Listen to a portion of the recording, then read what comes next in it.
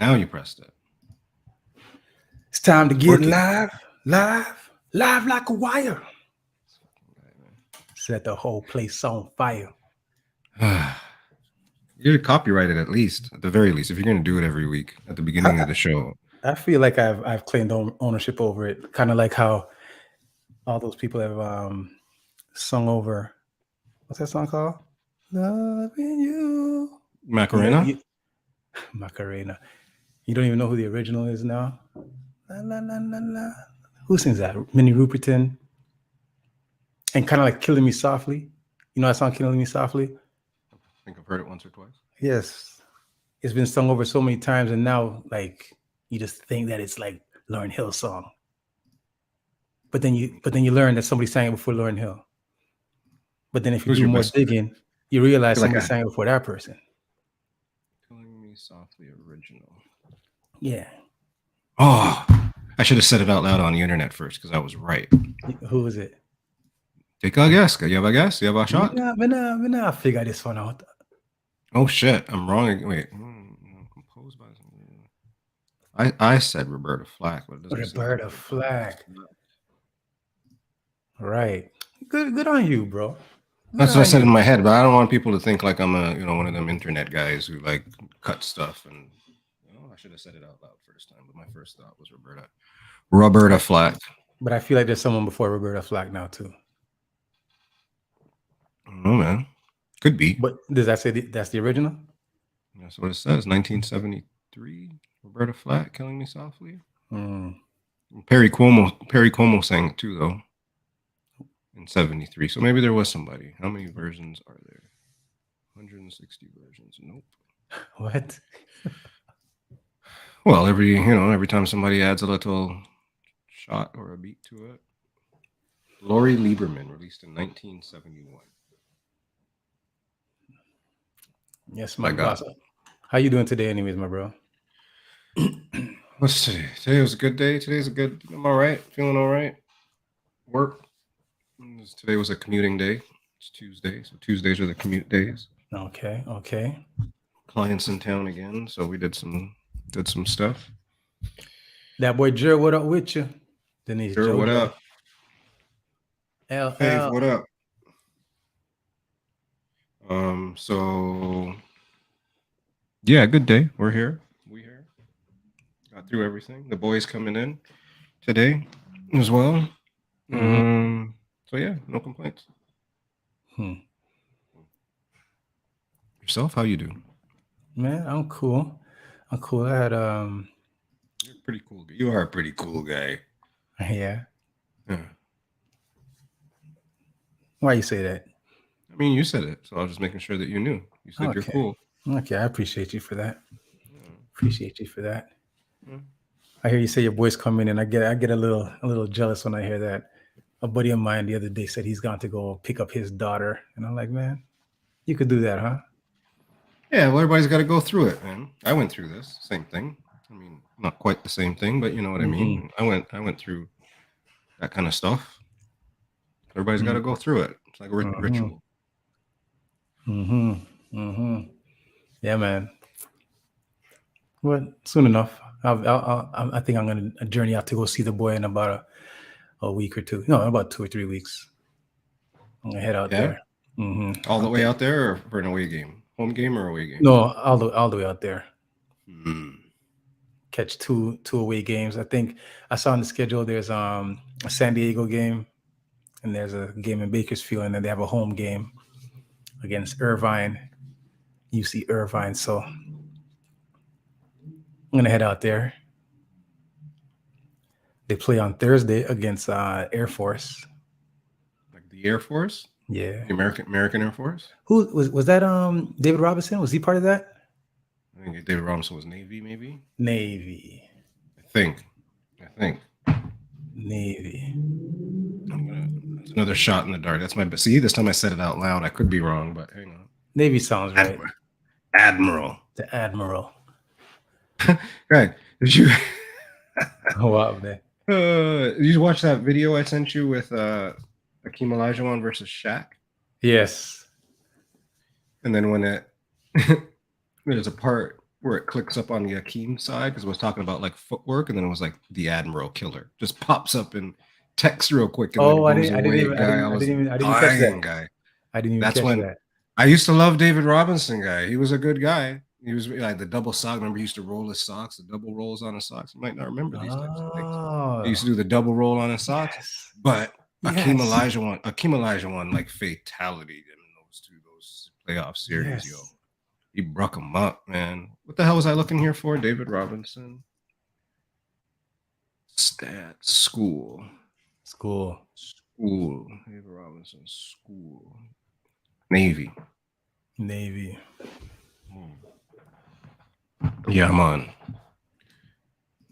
on. Miss Sylvia, what up? Sylvia, tap in. So yeah, you're cool. You said, the boy, you're gonna make the trip. I think I'm gonna go on a beach trip. Mm-hmm. Yeah, I'm gonna head out there to California in about 2 weeks. I need a beach trip. I haven't been. It's been a long time since I've been to a beach trip. So yeah, as you're saying, feel the need to go out west. I need a trip, guy. So is there beaches in Hamilton? And if there are beaches in Hamilton, do people in Hamilton go to the beaches in Hamilton? Some people go to beaches in Hamilton. Yeah. I would never go to the beach and like I don't want to dip. Like I guess Hamilton's got shitty beaches, I guess, right? Like factual. They did some tests. You know that people always go, "Oh, Hamilton's stinky" or whatever, and they used to make jokes about it. Mm-hmm. But it's true. They proved that there's poop in the Hamilton water. Yeah. Leakage. Fecal matter. So the Hamilton, I don't even like walking on the beach in the first place, and now I don't even. That's it. No. But some people go to the beach in the Hammer. Just one of those things for me. No, it's not that. It's not. I already don't like water around here in the first place. You guys know that. It makes me see. I'm twitching. I don't like water. I don't like lakes and stuff like that. I need like open water. That boy Jer says White Sands by Stelco. Denise Jojo says she's going on a beach Bury trip soon. Berry Beach is nice. Don't she live by the beach? If I'm not mistaken, I think Denise Jojo lives by the beach. Yeah, like the waterfront. When we do Easy Like Sunday Morning and live in Barrie. It's she's got the waterfront condo. Anyways. So I see you clad in blue today. I see you clad in blue, and I guess yesterday was it? Mm-hmm. First Monday for the NFL. I'm not much of a football guy, but I live vicariously through you. I get all my football information from you, and I know that it was a big deal yesterday. There was a game between your Buffalo Bills and the New York Jets, and the Jets had a newly acquired quarterback who is considered by some to be like one of the best of all time. Mm-hmm. Am I on the right track? Yeah, it's good. It's good. Good. You're good so far. You're doing all right. Yesterday, man, come on the field and mash up in 49 first minute. Fourth play, yo. Fourth play, man. Wild. Yeah. Achilles bust. Pop up, yo. But it's funny. I was holding my breath going into the game because they said, I read an article that people were complaining about that field in general because it's turf. And so they complain about the field in general. And I don't know if this happened. I don't know if it had anything to do with it. Was it a home game for you guys or it's a away game? No, it was in New Jersey. Okay, so they're complaining about the New Jersey field. Okay. Yes. But on Sunday night, the Giants played. And then on Monday night, the Jets played. Same field? Both same field. So it was already a bad field. Okay. And then in the article, they were like, even worse. Now they're playing back-to-back games. So how they're going to keep the field up and make it all nice and proper. I don't know what happened with the field, if anything happened, but that happened. I was holding my breath the whole entire time because I don't like turf fields are bad for people, I guess. Anyways. So Yeah, man went down. Sorry, it's terrible to see that happen. That could be the end of Mr. Aaron Rodgers, I would think, but he ain't coming back from that. No I'd be time done. soon. Well, What, I mean, what he's age already is he? 40. He's already like Is 40. he 40? Yeah, he's old already. There's no need. No, he was gonna do like 2. He was about to do like 2 years in with the Jets and then be done. Basically, is how I saw it. So you're just done, yo. No, I don't wish an Achilles tendon rupture on anybody, but sometimes you have to learn to sit down. Sit down. No, yeah, man. Yeah, rough for Aaron Rodgers yesterday. Rough for the Bills. Rough for Josh yesterday. So I hear a lot of disparaging comments about your boy. Yeah, man, he deserves it. Every single one of the disparaging comments. Talk to me. Tell me why. Because I mean, if I three fucking interceptions and a fumble, bro. Yeah, if I hear from you, like he's the greatest. He is. But sometimes you got that power he's wielding. He's got to chill, man. That's all. He's got to chill. He's a beast. Tadau's in the house. Hey, man. Tadau, what up with you? So from what I've learned, like he's a very, very, very highly touted quarterback. A lot of people respect him. But then what I do also hear is that from the time that he's been in the league, anybody that's come in during his time, he's thrown the most interceptions out of all people. It's funny that you fucking don't do any research for this show, but when you want to talk bad about Josh Allen, guy, you do all the research in the world. Eh? No.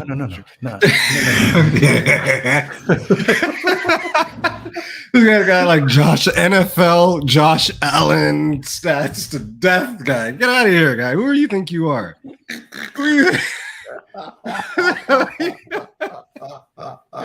Get out of here. But it's a true stat. He's got the most interceptions from like 2019 or some shit like that. Most fumbles and interceptions combined for like the last couple of years. Yeah, man. Wow. But with all that, he's still great. He had 4 turnovers and they lost in overtime on some bullshit. So okay, well that's good. It's not. We don't do moral victories around here, man. Championship. The reason I say that's good is because I take my information from you and I trust you, all right? And I trust that he's a good quarterback. I trust the Bills are a good team. So what I trust is, because things have to make sense for me for the world to make sense. And I trust that if they lost this game, I don't see them losing another game for a long time. A couple weeks. So, it's kind of like you get it out of the way now. A couple weeks. It's like taking it's a long, how do you say, it's like a 12-round boxing match. It's just the first round, man. You got to get back up. You got to keep fighting. Hey. See what I did there? No, but yeah, we'll be fine. We'll be fine. I'm going to throw 4 and 4. Speaking about boxing. Yeah.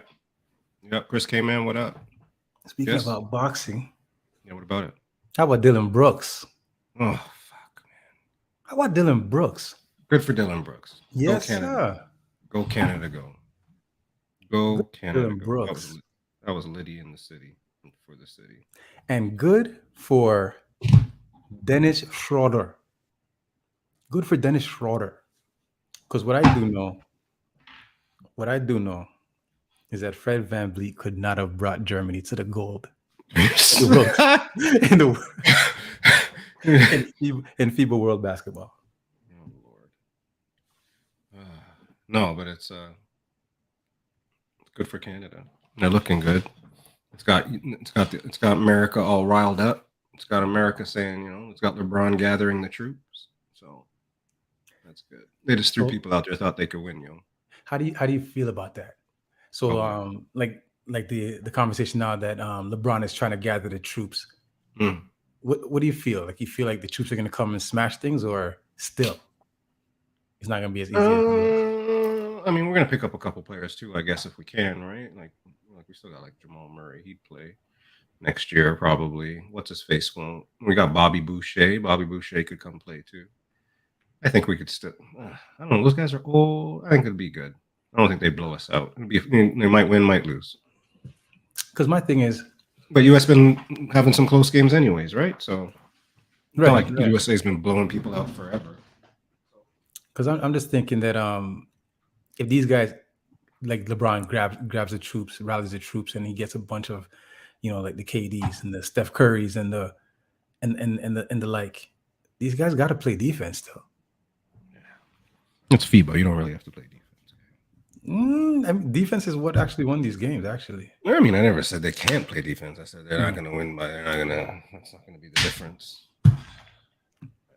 But anyways, go Canada, go Canada, go Canada, go Canada. Shai Gilgeous-Alexander, Nikhil Walker, Dylan Brooks. I'm just happy for that guy, because the way that the people just roughed him up, blamed him for the failure of the Grizzlies, kicked him off the team. They said there's in no chance will this man be signed back to our team. Well, how do you say that? Renkanotara. But anyways. You done talking about Dylan Brooks? Did you get it out? I know you've been waiting to talk about Dylan Brooks. Canada with the bronze. Did you get it out? Canada with the bronze. Yeah, I got it out. It's out. I got it out. All right. You got anything else to get out? Let me see. Oh, big shouts out to everybody that came out to Make the Family Barbecue Great Again barbecue, curated by the one and only Tancha Bella's dad, aka my little big brother Kareem. I got home. Good time. Yeah, it was a great time. It happened on Saturday afternoon into the evening. I was working the whole day, so I got to the barbecue late, and it was a fantastic affair. It was a fantastic affair. A lot of people, great music, good food. People had a great time. A lot of laughing, a lot of dancing, a lot of vibes. Ice Kareem, you did a great job. I told you before, but I just want to keep on telling you, bro. Yeah. Ms. Ron said the music was loud. True that. It actually was loud. Ron C came in and he goes, yo, the music's loud. And I go, you know what? You're right. It is loud. And then the twin on top of the music, louder than the music, But it was a good day. Good night. That's dope. That is dope, yo. Wicked. Looked like a very good time. I couldn't make it. I was up at the trailer when I had a trailer park weekend with the B-Town folk. So okay. Had a little good time. How was that? A little crazy. It was good. Trailer park was fun. Got some activities in. Saw some people I hadn't seen in a little bit. It was a great time. Played some. What's that new game called? What's that new thing called? What's that thing called today? Pickleball. Paddle? Played some pickleball for the first time. Pickleball. I got to see this right here. Can you see this? You and the boys got spicy. There's some archery. Oh, okay. I thought that was a hickey. Not that crazy. Anyways.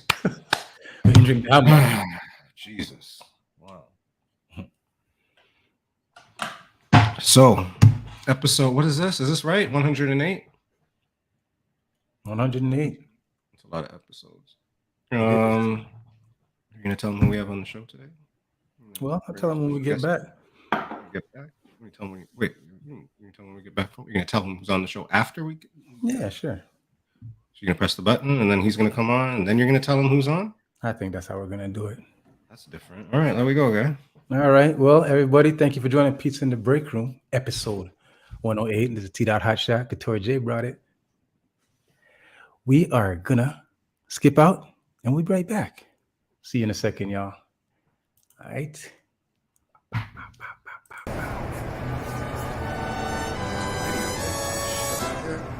We here now. We here. Yeah. It's in the break room, y'all. Holla, holla, holla. Woo! Good evening, sir. Good evening. I thought I was on mute. I was on mute. Well, everybody. Today we have a very, very special guest. He goes by the name of RG, Ryan Grant of Grant's MMA and Boxing. He's a man of many talents. Thank you for joining us tonight, sir. Thank you for having me, man. This was fun, bro. I saw the hickey on your arm, Bennett. It was very See that, interesting yo? weekend you had. Yeah. Very got a crazy. wild- got a little wild and And you crazy. guys It were- happens. I give you another talk. You guys were you're talking about Aaron Rodgers with his Achilles. Hmm. I tore my Achilles twice on the What? same Twice? foot. So Yeah, okay. man. What were you doing when you? Is the first time it happened, after I stopped competing as an amateur, I moved out here. I was in the club game. I used to be in the club scene, like you guys would know. And I hadn't had an operation on my hand when I first moved down here. So I have I don't know if you can see the scar here, Okay. right? So I was in a cast for for almost a year and a bit. So I did rehab. And I wanted to do other things to get in shape, but I blew up to like 250 pounds. Like I just because I was drinking a lot of liquor and going crazy doing the club life. Watu's was my homie every night. You know what I mean? Watu's. Big Slice was my best friend. You know what I mean? Big Slice. So I just put on enough weight. Them guys would tell you I was huge, bro. But we were going to play ball one day at Bathurst and Queens Quay by Porter Airport. You know that court by Porter Airport, right? Yes. And it was me starting from scratch, a bunch of us just getting together. I think I just got laid off at Kiss 92 at the time. So we're getting together and like, oh, let's go just run some ball and just talk some shit and eat some food after. And just taking the ball, the first jump shot, I jumped and landed and I heard BAF! And I dropped to my face. And the way my leg felt, if you know the area well, there's that abandoned building. I think it's a Red Rose building, Red Rose T. It's an abandoned building right where that basketball court is, right? Mm-hmm. And I dropped down and I looked up and I felt my leg. I'm like, I think somebody shot me in my leg. Because of that noise. Damn. I felt like it was a gunshot, like a firecracker. And I looked up and I'm like, and I'm scared to look at my foot because I'm like, yo, my foot's like pulsating on me right now. Damn. But I look up and them guys are looking at me like I'm crazy. Like, what's wrong with this guy? Right. Yeah. Get up. And Get back on defense, buddy. No, this was just warm up, fool around. Like we didn't even start. It was just a vertical fool around jump shot. Oh, we're playing ball. Whack! It just dropped. So the guys are looking at me like, yo, G, get up, man. What's wrong with you? And I go, you guys didn't hear that? And they go, nah, man. I go, shit. So I got up and I took a step and I dropped right on my face again. And I was like, yo, there's something wrong, yo. So right away, them guys threw me in the back seat and brought me to St. Sunnybrook. And I ruptured my Achilles. So right after this surgery, I ruptured my Achilles. And I didn't want to operate because I just operated on my hand. So I was in a boot for like 9 months. And then after physio got back to doing my thing, I opened up the gym and I was training somebody and I took a step and I heard the same thing, buff, and I just dropped. Yo. And I tore my Achilles again. And the girl goes, what? I go, I tore my Achilles. She goes, how do you know this? I go, this happened to me before. I know this feeling. Like it's the same one. I felt like same foot. I felt like somebody cut my leg off this time. Like I felt like somebody like used an axe and like sliced my leg, you know? And when I went to the hospital, the guys brought me in the hospital after that, and my Achilles was like rolling up into my calf, yo. And they put a cast on. I was eating in the lobby, so they couldn't operate right away. So they put like a push cast so to just hold my calf in away. And when they took it off to cut. So my Achilles were gonna roll up because it ripped right off my bone. The whole thing blasted off my foot. So when I'm seeing Achilles injuries like that, like, listen, it's a different. Like back in the days, we're from the era of like Isaiah Thomas. When he had his Achilles injury, he was done after that. You know what I'm saying? Dominic Wilkins never jump again after that until he tore his Achilles. You get what I'm saying? Years go on. Kobe Bryant, but science is different. Doctors are way high end. You know what I mean? he came back, but he wasn't flying like he was. You know what I mean? But he was Right. still manageable to kill guys on the court. Drop a 70 in his last game. But we're talking about this in the gym today. Aaron Rodgers being an older cat, being a drop back QB. He's not like a scrambling guy. So when you're dropping back and you can't get a little even 2-step off of whatever lead leg he's trying to shoot, he's done. His career. I like Aaron Rodgers, but he's finished. Just bad time. And I'm saying this because I've been there. I've been there. I know that injury. You get what I'm saying? You're not the same, bro. You're not the same. Anyhow, sorry. I just want to talk about that. No worries. It's good. Okay, so you spoke about your experience with Achilles injuries. You're saying that Aaron Rodgers, because of him like being able to step back. Hey, listen, man. Aaron Rodgers got a lot of money. You get what I'm saying? So he could get back probably within 5 months and shut me up. You know what I mean? Right. But this is like having a hole in your tire. The car can still drive. You know what I'm saying? But you're not going to go through those alleys anymore because the wheel might just catch a little dip again. You get what I'm saying? All right. So everybody in the chat, Ryan Grant RG, he's a boxing and MMA trainer. Am I correct? Is that a title? Yeah. Okay.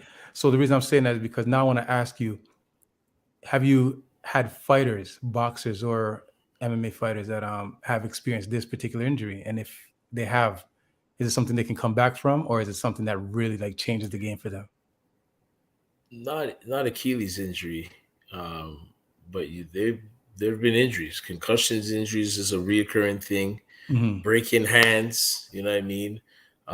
Knee injuries, you know what I mean? Elbow injuries, bicep tears, jaw breaks, lacerations. You know what I mean? Like there's so in our field, there's so many different components of injuries. It's funny today in the gym earlier when we were on, Bennett saw me.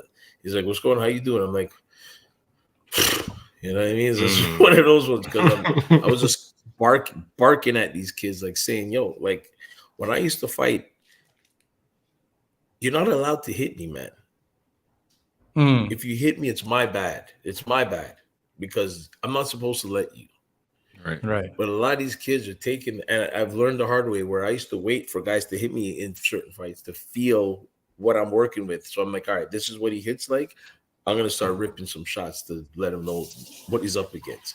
And like one time I got cracked and I was like, whoa. And my coach told me, Russ Amber told me, because yo, one day you're going to get hit because you're always waiting to feel a shot. And then you're going to feel the wrong shot instead of you just doing what you got to do. And you learn the hard way sometimes. You know what I mean?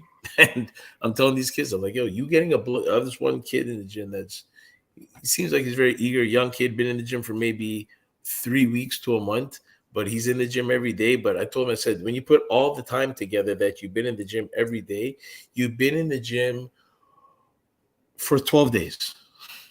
Okay. You still a lot to learn. You're not going to learn everything in the 6 days that you've been in the gym, right? Yeah. Let's stop having a bloody nose today, you know? Right. But these kids nowadays, they always have a rebuttal. Like kids should be lawyers the way they try to conversate. You know what I'm saying? They always got something to tell you, like, and they haven't done nothing to say nothing. You know what I mean? Right. So you're talking about kids in the gym, and if I understand this correctly, at one point you were a kid in the gym as well. Is that correct? Like you were from a young 100%. Age. So tell us a little bit about that. What do you remember being a kid in the gym? So talking about these kids, what do you remember being a kid in the gym? Man, I used to go. When I was coming up, I used to just. My brothers were very high decorated athletes in boxing coming up. For Canada, they represented Canada in the 80s. My brother Howard Grant was on the Olympic team in '88 with Lennox Lewis and Egerton Marcus and all those guys. My brother Otis was on the national team. That's probably one of the only tournaments Otis never really got to go to. He went to the Commonwealth Games. He went to the Pan American Games. Howard went to all the games. But at the same time, I was the kid. I was the tag along. I'm like, oh shit, these guys are going to the gym. I'm gonna go. Oh, you got some young kids working in the gym. All right, I'm gonna just. I was capable. You know what I mean, to doing stuff. But I knew when I was that young, I had too much to live up to because they were so good. You know what I mean? But I was at the time I was playing basketball, I was playing football, and boxing was, in a sense, I wouldn't say it was easy for me, but with the kids coming in the gym, I just knew how to handle myself because I was getting beat up every day in the house and in the gym, just being the tag along kid. You know what I mean? So when I'm seeing kids, like, I remember days when I'm in the gym and Russ would be like, yo, just stay in the corner and just work on just staying there and just moving your head, step in back, step in, move your head. And I had to do that for an hour and not say anything about it. You know what I mean? These guys, can I do something else? I'm like, do you think you can move and dodge every punch by doing that right now? Do you want to do something else? Because I'm going to throw a hard shot and show me if you can dodge the punch right now. Okay, I'll keep doing it. You know what I mean? This practice, it's repetition. I said, if you're playing music, you're going to keep playing that key that you can understand how to lead into different notes, man. You're not going to make a song off of making two notes.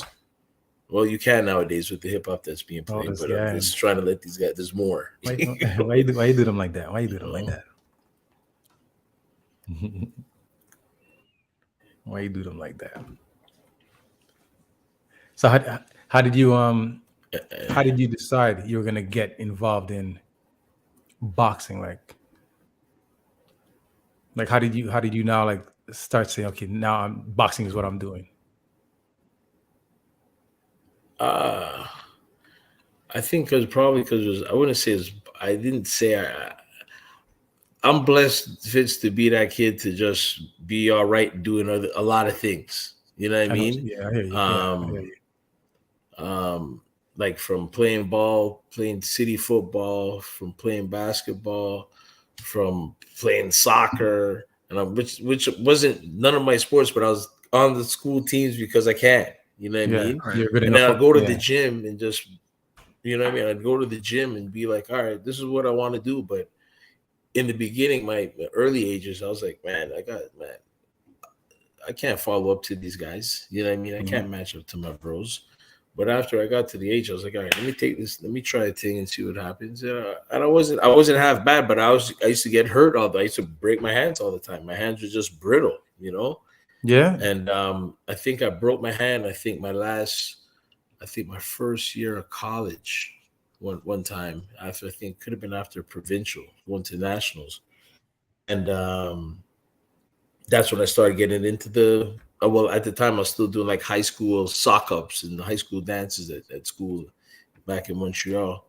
And I started getting into the club scene, you know, and doing that type of stuff for a long time, never thinking that me just buying records with my boy weHare back in the days, Brian Stewart, big up weHare, from doing that type of stuff would lead me to linking with probably the best DJs in the world, traveling. I'm spoiled, man. I'm blessed to be like, I travel around the world touring with artists, touring with DJs, doing Jazzy Just 40th birthday party in his house in Philadelphia, eating dinner in his house after watching the Eagles play in the playoffs, like things like that. Like it, and this is just having fun. You know what I'm saying? So like, I got a grip and said, you know what, man? Like I think at the time I was out here, I was working at the bank because I was saying, you know, speaking French.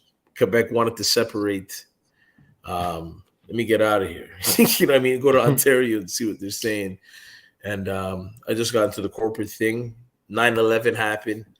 I was in the trading market with RBC Investments, and that happened. And when my boss got let go, everyone was like, all right, everyone, Brian Grant, get the hell out of here. You don't need to be here, man. And I was like, yo, what am I gonna do?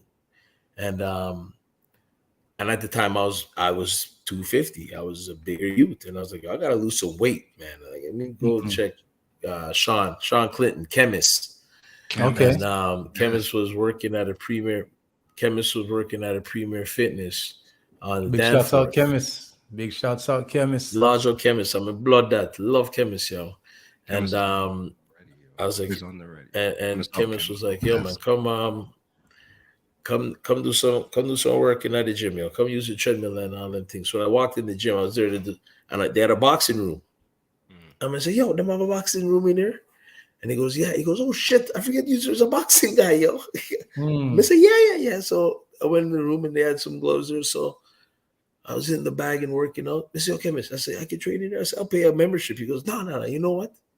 Just come in here, man. You're my guest. So just come in here and we'll see what's going on. I said, all right, I'm coming there every day. So I went there for 5 days. I lost 15 pounds. 5 days. In the bag. Right? Just work, like trying to skip and just working, just sweating. And I put on like hoodies, and I'm a lot of water, a lot of liquor. You know what I mean? And I think after the 5th day, one of the guys came in, and it's an old fighter, Clyde Gray. Clyde Gray is a former Canadian world champion, another Canadian legend. He was running the boxing studio. Old school Ontario, big time boxer back in the days. Does like your pops that would know. Does he have a son named Clyde? Clyde Gray? Could be. Don't quote me, but he possibly. You know what I'm talking about, T-Dot? I know who you're talking about. I know who you're thinking about, yeah. Yeah, okay. The dunker. Yeah, man. So Mr. Gray was in there, and then we're talking boxing, and he sees where I'm coming from Montreal. So he's like, yeah. So he goes, Sean, let's try to get this guy working in the gym. This kid knows what he's doing, man. And then after they got me working out of the Premier Fitness at Kennedy and Ellesmere. So I ran their boxing program in there, and made them a grip. And then I was looking to start doing my own thing in when was that? I want to say 2007. I'm looking to start doing my own thing, and my boy Neil and Sandro used to come by the gym. Shout out to Neil Forrester, my homie Sandro. And they're like, yo, let's try to get something going, G. Let's try to get something going, G. Yeah, straight up. That's all you guys schoolmates, right? Right? So he's like, yo, let's try to get something popping. And 2009, I think November 2009, we opened up. It's been popping ever since, yo. So was there any apprehension to like opening up the gym? Like, was there butterflies? How did that feel? I didn't want to do it, man. Nah, man. I was like, yo, I ain't with it, dog. I mean, I ain't with it. I wasn't with it. You know what I mean? I wasn't with it because of this responsibility. You know what I mean? Like, I was like, yo, man, like, this is different. It's different me coming to an establishment and just running the room and closing it up. And at the same time, when I was doing that at Premier, I was still doing the club stuff. So I would make my schedule how it worked. I had classes that could move, and it was all right. But I was like, yo, open up a gym, doc. Like, this is all day. You know what I mean? This is not. And my place is. It's pretty big. You know what I mean? It's not a small room, right? Yeah. So I just said, you know what, man, I gotta just make a choice, and I stopped. I cut out life, and just said, let me put my head to the ground and try to make this gym shit work. And if I'm making this club thing work, and I was doing that for fun, if I could put my head to this as a business guy and really try to flourish on that and be real with it and try to get the kids to find a spot like how I did it, you know what I mean? And let's be a man. I don't find myself as a business guy, man. I'm trying to be a guy that's trying to bring the crew on. Like, if I could do this shit, like, and I ain't nothing. I ain't making no money like that. You know what I mean? But I know it's possible to be doing things, right? And I'm lucky that I got certain guys of certain statures that I've been to two places in my life as a boxing person. I said that I don't want to go there unless I'm part of a show there, is Masonic Temple in Detroit. I had one of my kids make their pro debut there, and like Joe Louis fought in there. Sugar Ray Robinson fought in there. Like Tommy Hearns fought in there. That's like an encyclopedia piece in boxing. You know what I mean? That's like part of the letter B in the lettering of boxing. You know, and then another spot where I get offers to go out there on a regular basis. It would be like Madison Square Garden. I said, no. I'll go watch basketball. I'll go watch a concert. I'll go watch Harlem Globetrotters. You know what I mean? But for boxing, I said the only time I'll step in there is when I could be in there. Once I get in there, then I could go out there and I had a kid in the main event there a couple years back at Madison Square Garden, and that was an experience and a half. Like just being a part of it, not just being there. Like it was I wouldn't say I'm not a geek when it comes to that type of shit. I'm lucky. Like I've been around. I've been around top people like in the sport of boxing where like people would faint. You know, I'm just lucky. You know what I'm saying? I'm lucky to say like I've been in certain places where I'm lucky. I'm lucky. That's so all you I can really say. You didn't want to go to Madison Square Gardens to watch a fight. You said you had to be involved in the fight some way, somehow. The first time I have to go to Madison Square Garden for boxing, I have to be a part of it. I'm not going there to go watch a man fight. And I had Steve Rose fight Triple G on the main event out there. You know what I mean? So okay. So we had a question from Tadal 55 asked who did he fight? But I guess you answered it there.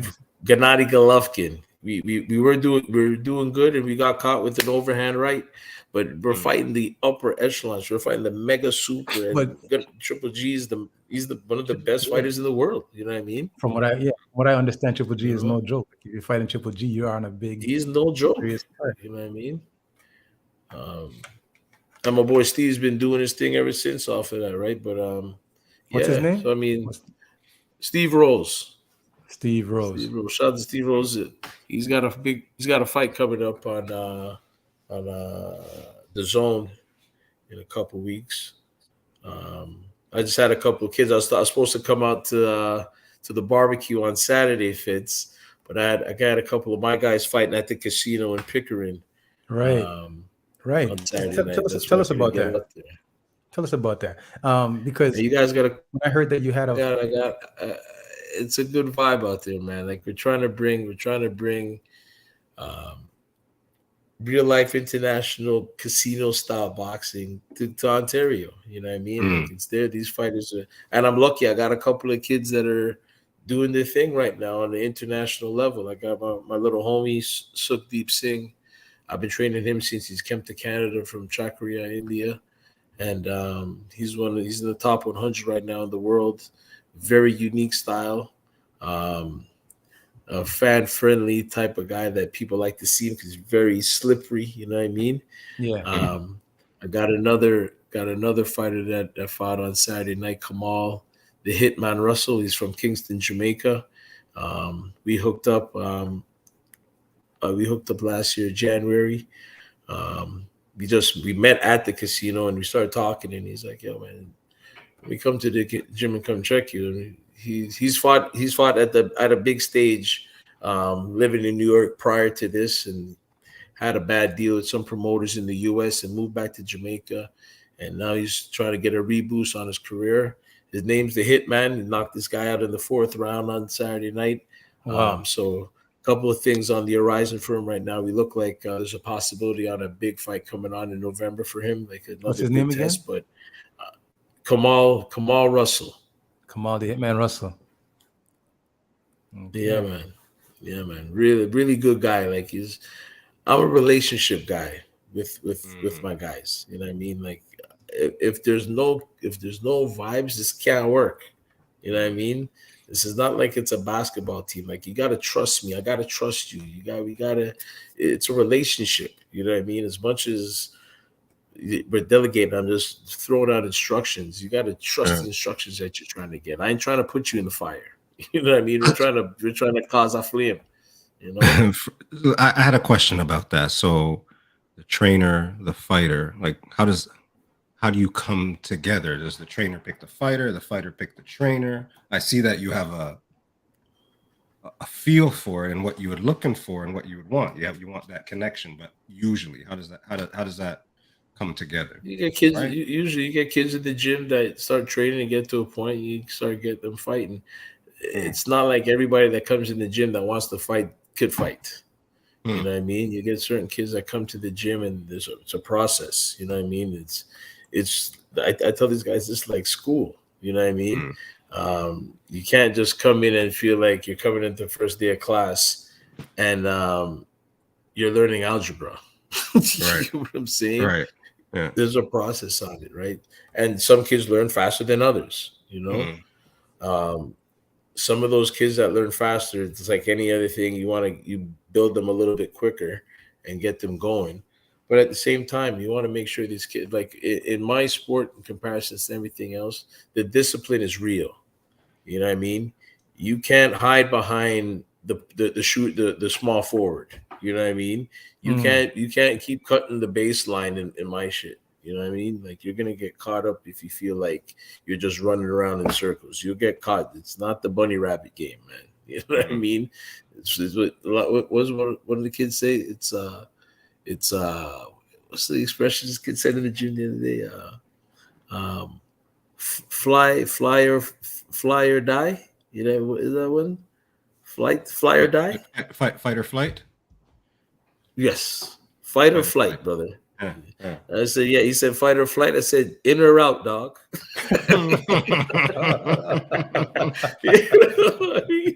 Ain't no lie. You know what I mean? You're in or you're out. You know. That's funny. That is funny. Oh, hang on. So everybody in the chat, hello once again. This is Pete's in the Break Room, episode 108. I'm missing the chat. I'm trying to see what's going on. going on. There's a little bit of chat going on over here. This is there's a little Brian bit of Grant, chat going on. also known as RG. We do this show every Tuesday, 9:30 p.m. We are a podcast. We are an idea. But shout out to everybody in the chat. I don't know who else is here that we haven't spoken to yet. Oh, shout out to DJ Kid C. Six Kid Balls. C, what up with you? Kid C. What up, boy? Big up. I haven't seen Kid C in a minute, yo. Daryl with a V. Big up. Miss G Live. Foxy G's in the break room. And Six bosses in the house. How did you do V. it? QWERTY Queen. I don't know. You do it. Do it. I know. It's been so long. Good morning. Yeah, some shit like that, yo. We're close. We're close. Some shit like that, yo. Something, Six boss, what up with you?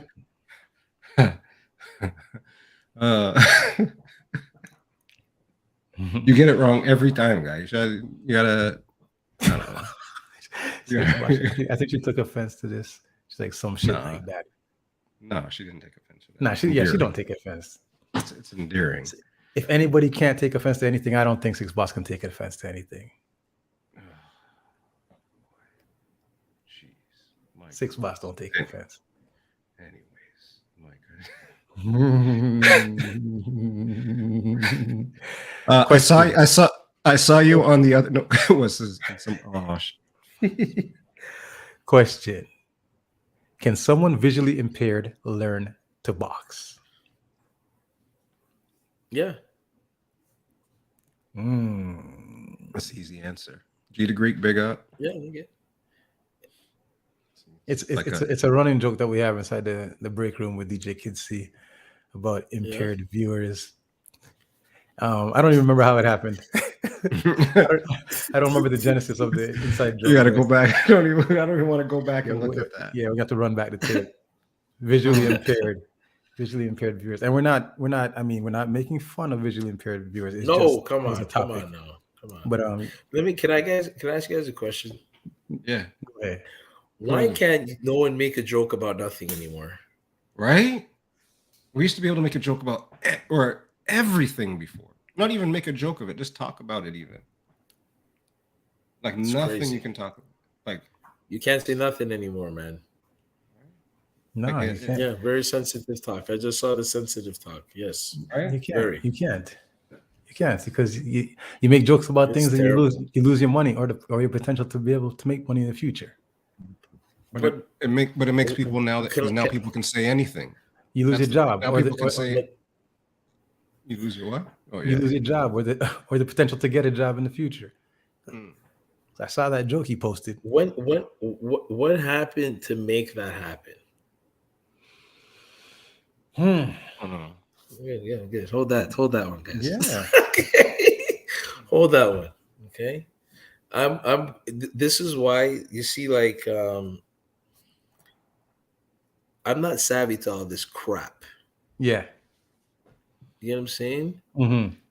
I'm not saying, yo, man, I know I need to learn electronics and all that. I'm not into, but the world is so inside out, upside down, twist and turn.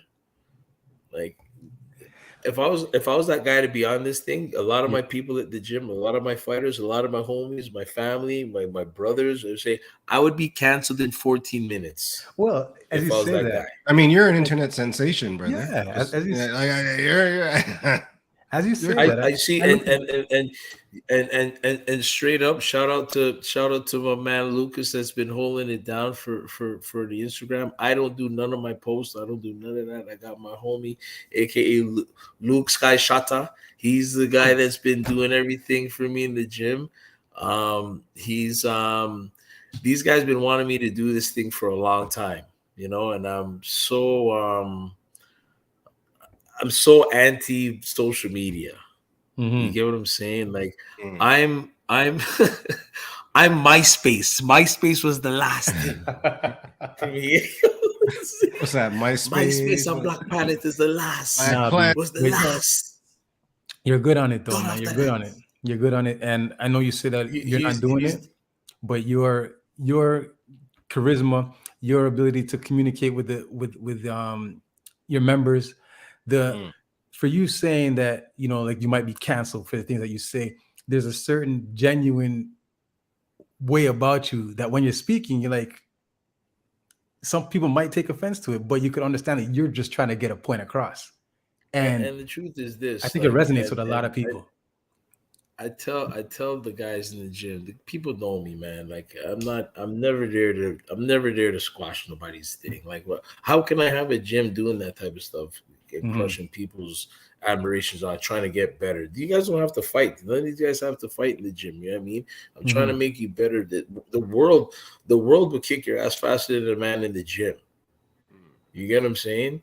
Like, the world ain't nice nowadays. Mhm. So, like, if you can't have the mental toughness to go through a 55-minute workout with me for one or 3 days a week, when it's time to really start paying your mortgage, or your freaking car gets smashed, and or you forgot to pay a bill, or you get a leak in the roof, what are you gonna do? You're gonna sit there and cry and go, oh my god, and look around, man? You better pull your pants up, because that's what it is. I'm not trying to really feel like I'm that guy, and people know that in the gym. Like, I'm not that dude, but at the same time, like, life could be worse than a guy punching you in the face, or it could be worse than me feeling like I'm attacking you, which I'm not. You know what I mean? We have a chatter from YouTube. I'm not too sure who he is, or who the person is, but the name is Door, and I kind of feel like they might know you. They say he is a bully. Yeah. You must be doing something wrong if that's the case, right? Okay, Door. And keep your hands up. Damn it. Something's doing it wrong, man. No, but it's a point to just being genuine as well. At some point, when it's just not just what you say, but it's what you live as well, right? Like, if at some point people realize you're just authentic. Who's that? Tropics. Mr. Allen. Tropics. Well, you know what? If it's him, then I am a bully. If it's him, You know, he got me. Oh, Got me. That's Okay, funny. he got me. Oh, hang on. You know, wait, look at this, Fitz. Look at this. Remember, so everybody, we do our like pre-show and stuff.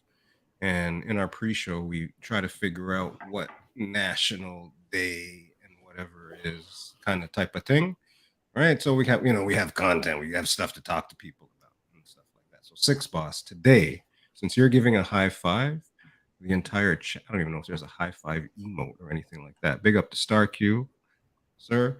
But today is National Hug and High Five Day.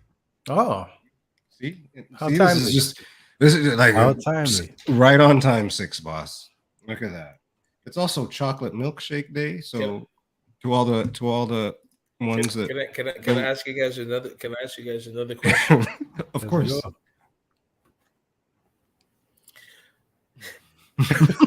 When did all of this? When did all this national dating start? Yo, once the internet Guy, started, right? I have 4 of them written down, guy, and I cut out like 7 of them. Right? I just like do 4. So hold on, there's 7 things that was today. National Thing Day. National Chocolate Milkshake Day, right? Is today. Video game day. Video game day. So stop, man, stop. So who did somebody say today was the first day when the chocolate milkshake was drank? Today was the first. I don't know. Today was the first day that the milkshake got How brought do to you the make yard, guy. how do these days how did these days start? Yeah, let me tell you the first day that I ever heard of, other than Valentine's Day. Yes. The first day that I ever heard of was National Steak and Blowjob Day. And I heard that like years back on Flow. And I'm like, are these guys running a joke or is this really like the day today? Like, are you familiar? Like, you heard that one before? National Steak and Blowjob Day? Yeah, Steak and Sex. It was Steak and Sex Day. It was Steak and Sex. Okay, Steak and Sex. So when I heard that, I'm like, these guys must be running a joke. I never knew that there was such things as days. But now, since we're doing this, Pizza in the Break Room, T-Dot's researches, and I realized like there's like 100 things for each day. Guy, there's days for everything. How did it start? Is what I'm asking. I don't know. Maybe it's like Wikipedia. Maybe it's like Wikipedia. Hold on. So this is why. Listen to me. This is why I can't celebrate them day because I need to know when them starts. You understand? And how and who? I want to know how it started. Today is also like Family National Day of Encouragement. Family Day. National Day of Encouragement, yo. But today? Yeah, oh yeah.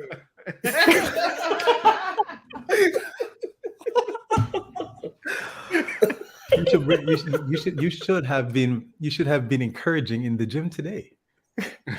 Oh yeah, I'm encouraging every day, bro. Today's National Encouragement Day. Yeah, you should have Let's clap it on, right? Come on, yeah, turn it up a level, yo. Come on.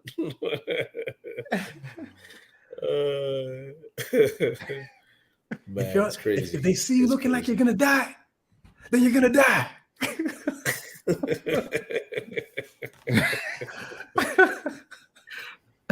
Don't let them see you looking like you're gonna die. Oh man. RG is of encouragement. Don't let them see you looking like you're gonna die. Hey, you know what? I'm trying to reiterate that to more of the kids that are trying to compete in the gym. Mm-hmm. But a lot of the members in the gym that don't have to compete, I want them to know what they're dealing with and what they're seeing if they're watching it on TV. When you're going through the anguish of fatigue, think about that moment when you're tired that you're watching this guy on Showtime Network, right? And there's this, that does not feel good. This part of the game is very crucial. This is not the nicest part of the sport to watch, But yeah, man, I'm trying to keep it just honest with these guys, I was at the barbecue on Saturday, right? And while I was at the barbecue, some people were watching the Israel Adesanya fight, right? So I haven't seen yet. So I stepped in, and when I stepped in, I saw Israel looking tired, right? And it looked like it was like a second round or something. RG's like no spoilers, guy. No, right? He knows that. No, I already know. I'm not that guy. I don't give it. I don't care. Right? I don't care. When I saw your post saying, "Don't let them see you looking like you're gonna die," when I saw Israel, like it was early in the fight, and he looked like winded, and I just walked out the front. This guy's gonna die. Right, right. And lo and behold, like the fight finished, and I said, "How did the fight go?" They go, "Yo, he got beat." And I'm like, "Yeah," because I heard he got beat. I heard he got manhandled. So when I saw your post, I'm like, that resonated with me.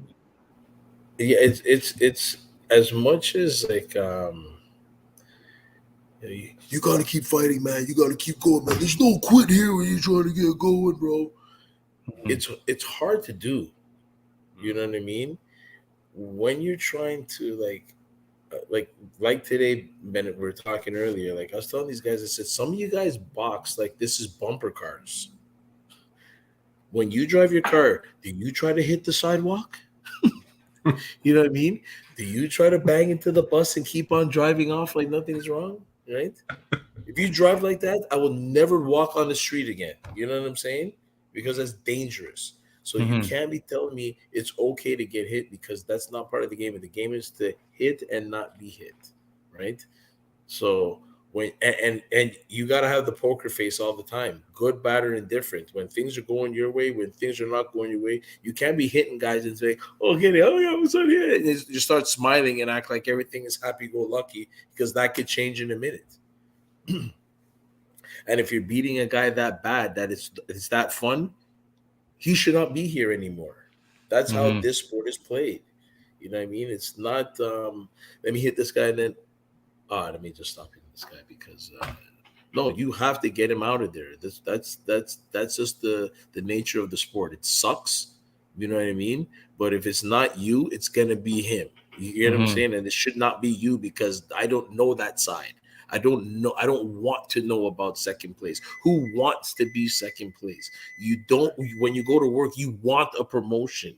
When you're leaving and getting some finances in your budget, in your car, from your business, from winning the lotto, whatever it is, you want to level up. You know what I mean? You don't want to feel like, let me just settle down. That's not. Nobody lives like that. Nobody wants that. You know what I mean? Why I'm that harsh with people. When I say harsh, I'm honest with people in the gym when it comes to stuff like that. Like, you know, is there I guess a story or memory of like one of these kids, boxers, somebody that you've trained where you've been like, yo, I did something for this person. Like there was a moment where you saw that you gave them a message, right? You gave them a lesson, and then you saw it play out. You have a memory like that? Hey, I don't know if we got a lot of people that I can't see who's on here, but I could go through. I can make a TV show of moments of guys that. I'll give you one yesterday. I had this kid that came by the gym. This is a kid that came to the gym off of one of the I used to work with a program called Breaking the Cycle. Okay. That getting kids like that are having problems in school, or just having problems, got in trouble with the law, giving them an outlet, you know what I mean? Get their anger out in the gym at a positive place. And then I'm a community kid. I can talk to these kids. I'm talking to them real. I ain't coming at them like their teacher or their mom or their dad. I'm coming at them like their brethren. So when I'm talking to them, they just open up. You know, and when they're working out, that sometimes I don't know what it is with me, but when they're working out, I'm like, yo, keep on going. I'm like, I'm tired, man. I say, you gonna quit on yourself right now? You act like you going back in the box, cuz if you want to go back in the box, keep going off like this. This is a point of a loser, bro. Right? You already lost already. And they'll start working again, and then the emotions will come out, and then I'm getting their spiel in a sense. So I was helping out one of these kids, and I was like, listen, man, I said, you came in here off of trying to do something that you were not good at, because we're talking about. I go, you're not good at being a criminal. Okay? No matter how much money you're doing and how much things you're popping off, somebody found out why you're here. You get what I'm saying? So let's try to just, It's coming from me. I'm a guy trying to. I come from the streets. I'm saying I'm coming from poverty. You know what I mean? Mhm. But I come Yeah. from living in an apartment building, living. You know what I mean? Like helping out my single mom. You know what I mean? Trying to work a little paper route part-time job to help out in the crib. You know what I mean? You should have tried to do that instead of trying to get ends that you don't even know how to monopolize on to make things work for yourself in your house. Mhm. And as a God, when that kid was in the gym, I'm talking like maybe like 7 years ago. I came home one night, like I'm home now, and I turned on the TV, CP2 for it, and the run of the kid came on the screen, guys. And I was in disbelief because I saw the kid in the gym like 3 days prior, you Mhm. know? And I'm like, I just talked to this guy about this, man. You get what I'm saying? And Mhm. I mean, like an idiot, I picked up my phone and I texted him on WhatsApp. I'm like, dude, don't tell me it's you I saw on CP2 for, bro. And then I Mhm. sent it. I'm like, yo, G, why did you just do that? Like, you're an idiot, like these kids. Hmm. But I was like, I was so angry, you know? And he Mhm. called me like I think a couple years ago. He got out and he's doing his thing. He's trying to get right, da da da. And then I'm sitting down in the office yesterday, and the kid walks in the gym. He goes, "Yo, Coach G," and I look at him, go, "Oh shucks." I said, "It's my boy." You know what I mean? I said, "Yo, why go on here?" He goes, "Yo, I was driving by and I had to take a U-turn. I come back. I said, yo, the sign is still up here." I said, "Coach has to be in this. Can't be here. He's not in here." I said, "Yo, you don't know I'm here." And then he saw a couple faces of kids that were part of another program when he was in the gym that's still with me. You get what I'm saying? So he's like, "Yo, man, you have big man still in here too." Dog, I say, "Yo, bro, like I can't believe this thing." I said, they got talking, and I'm like, "Yo, man," I'm like, "Listen, man," I said, everything is straight now with you?" He's like, "Yeah, I just bought a little house and trying to do things right." And I said, "All right, cool, man." I said, "Dude," I said, "you broke my heart watching TV a couple years back." I said, "I was so caught up. I texted you, dog, and you probably got your phone. Maybe I don't know if you were in the bin, but come on, man. You know what I mean? Like we talked about this shit. It's hard, Fitz and Bennett. It's already hard enough for us as it is already. Yeah. You know what I mean? And the accessibility of a lot of these youths, black, white, and indifferent, everybody. You know what I mean? They can cause trouble right now, sitting in their house using this computer. You get me? I don't come from that. I know y'all don't come from that. You know what I mean? We're the last of the I can't even say we're the old school, but we're the last of the ones that were coming up off of the old school. You get I me? hear you. Yeah. These kids that we have coming up nowadays won't know what a Walkman looks like. A Walkman, bro. You get what I'm saying? I'm not talking about a CD player. I'm not talking about an iPad. I'm talking about real. They won't know what they won't know what a typewriter is. No, they look at that like, what is he talking about, bro? What are you talking about? You know what I mean? It's crazy, bro. It's funny. Things- Another pregame note. See, it's funny that you say that, and that's how you reference it. One of the questions here is like, I don't want to ask it right now, but shit, what's on your iPod? But it's funny that you mentioned like people aren't going to know about what Walkmans are. When I said that to Fitz last night, I was like, fuck, people don't even have like iPods, and it's just everything's just it's a different way of life. So as you say, but we've been through all that, right? Cindy Milo's in the chat right now. Trouble, big up. She's busy in the chat right now, and you say iPod. And when you said it last night, I was like, Cindy Milo pulled out her iPod on Sunday. Oh, she's like, the little one, Yeah. iPod Mini, Shuffle or Mini or whatever. Oh, there she is. Yeah. I like how you got the title and everything. Trouble, big up to you. Third generation iPod Mini. So it's funny that you even referenced that right now. That's how the universe man, that's works, real, man. man. We live in the matrix, yo. Okay, so answer that, RG. What is on your iPod? What are you listening to? Shit. This is where like Dom and them guys laugh after me because I'm critical on listening to new stuff. You know what I mean?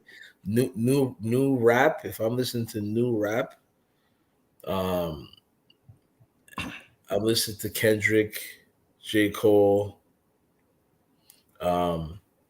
Joe's still popping. You know what I mean? And seeing Fat Joe. You know,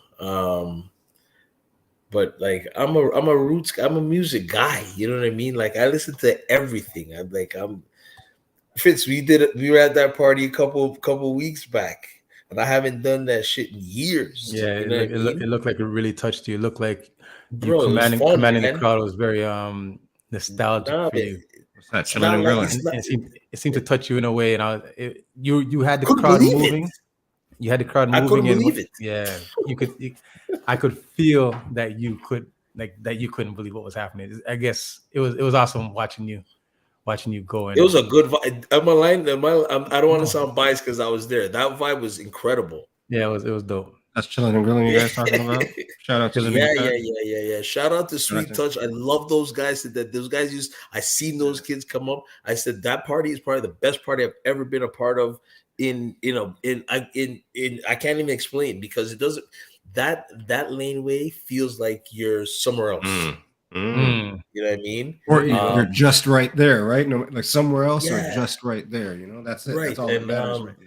being around like the crew and the faces and the people and all that day, I think I was saying it in the party. I go, this feels like a family reunion, yo. You know what I mean? Like it feels like everybody knows each other. People are seeing, oh my god, like they're going nuts. Yo, Bennett, me drop Iwata that night. Jeez. Drop Iwata that night. And I was like, yo, what am I doing here? Like, why is this? Why am I dropping tears? Like, this is dumb. I could tell, man. It looked very nostalgic for you, man. Yeah, man. DJ Star Q says, "I hear it was a wild night that night." Well, yo, Star Q, man, I tell you, man, I wish, like, I said it in the party, Star Q, like that party made you feel like you had no responsibilities that day. You know what I mean? And everybody has stuff going on. You know what I mean? And yes, to be in the vibe of everybody at the time, man, I'm like, yo, we gotta rock this hard because tomorrow's gonna be. We gotta get back to work. We got a meeting. I got a meeting. Right? You know what I mean? Straight up. But yeah, that was a great night, man. I miss all, and like even talking about it all now, Fitz, man. Like doing that type of stuff and doing the gym stuff, meeting people. Like some of my best relationships in my life is coming from boxing and doing the music thing and traveling and meeting you guys through Dom and all that, man. Like I can't. You guys are more than friends to me. I don't have to talk to you guys every day and see you guys all the time. You know what I mean? And the podcast and what you guys are doing, I take my hats off to you, dog. It's dope. It's fresh. Me starting to learn about the social networks and all that type of stuff. If there was ways like my man school Luke Skyshotter, they call Lucas, right? When he's doing stuff and he's like, yo, your views are getting over 100,000 views on certain videos, man. And I said, word? I said, where's the money at?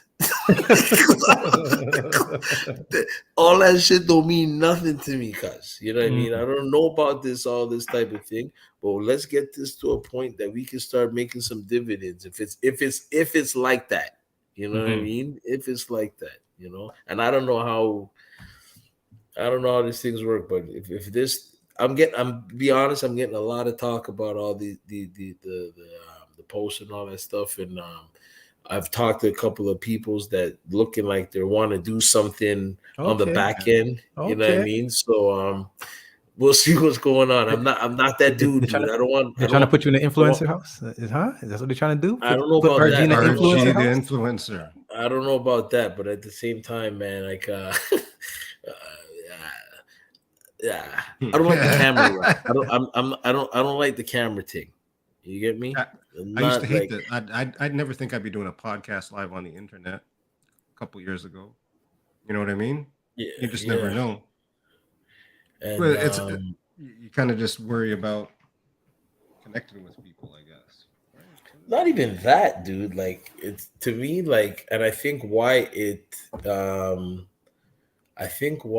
like that for me, bro. The internet, a lot of it is bullshit. You know what I mean? It's not real.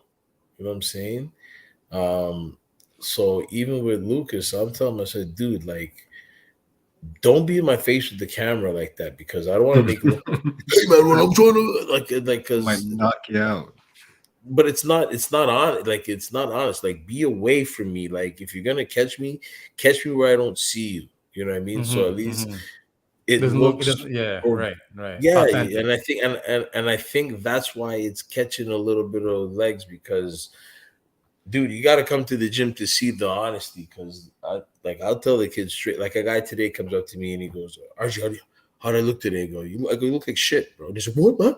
You kidding me, man? You serious, man?" What the fuck you want to say? You look like shit. Like it didn't look good. Like what what did you want me to? What did you want to hear? Did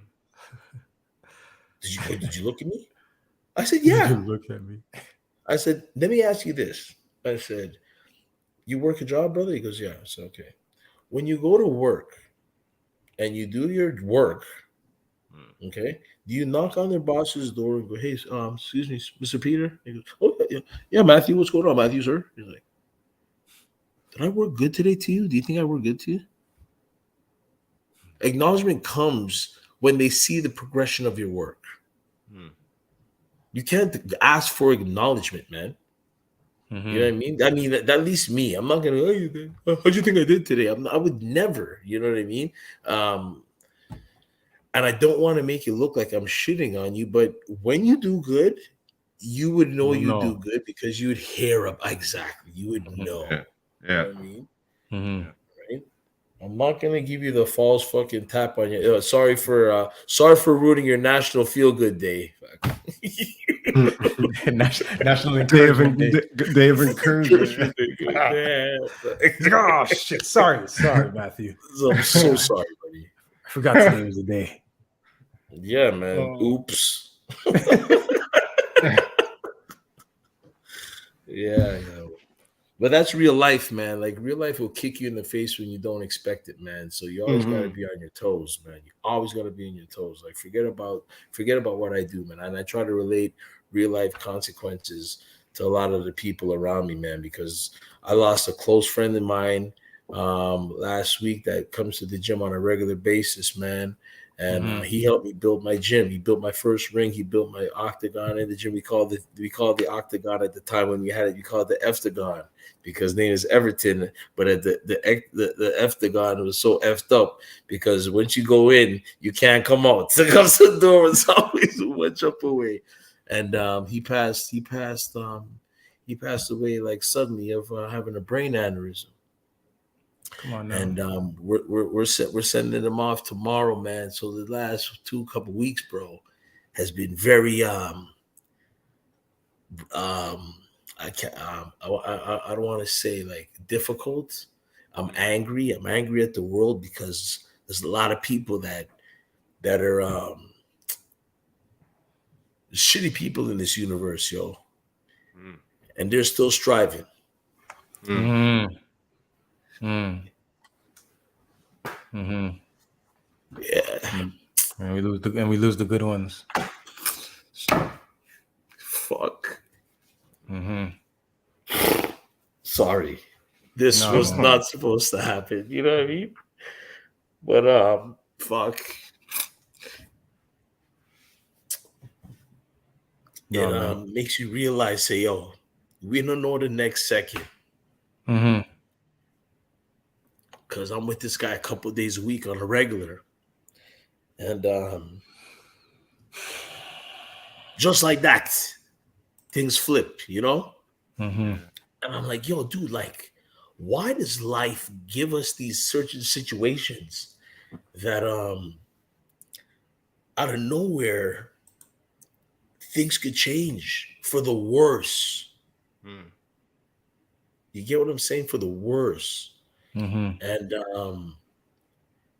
made me think about my parents, made me think about your old man Fitz, made me think about Ben. We're talking about people just going like crazy, you know. So shit, bro.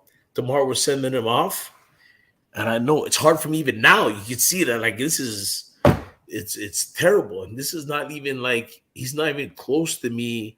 He's super close to me when I say that, but like I mean, like say it's like if it was one of us now. Like it makes me think about us. Yeah. Right. You feel Right. me? Yeah. Like, I'm like, Right. dude, like, why? You know, like it's crazy, dog.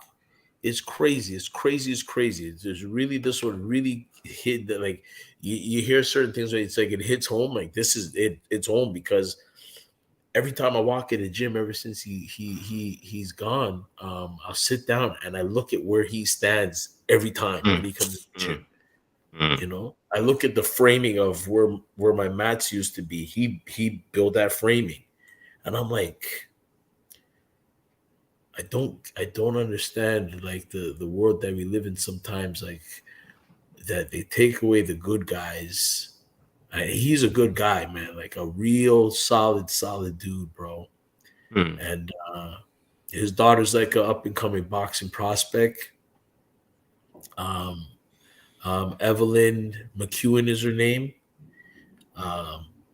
She came by the gym the other day, and like she's been making me strong because she's like, yo, I've been coping with it, and she's talking like this kid's like 15, 16 years old, but she's talking like she's already got something planned. You get me? Yeah.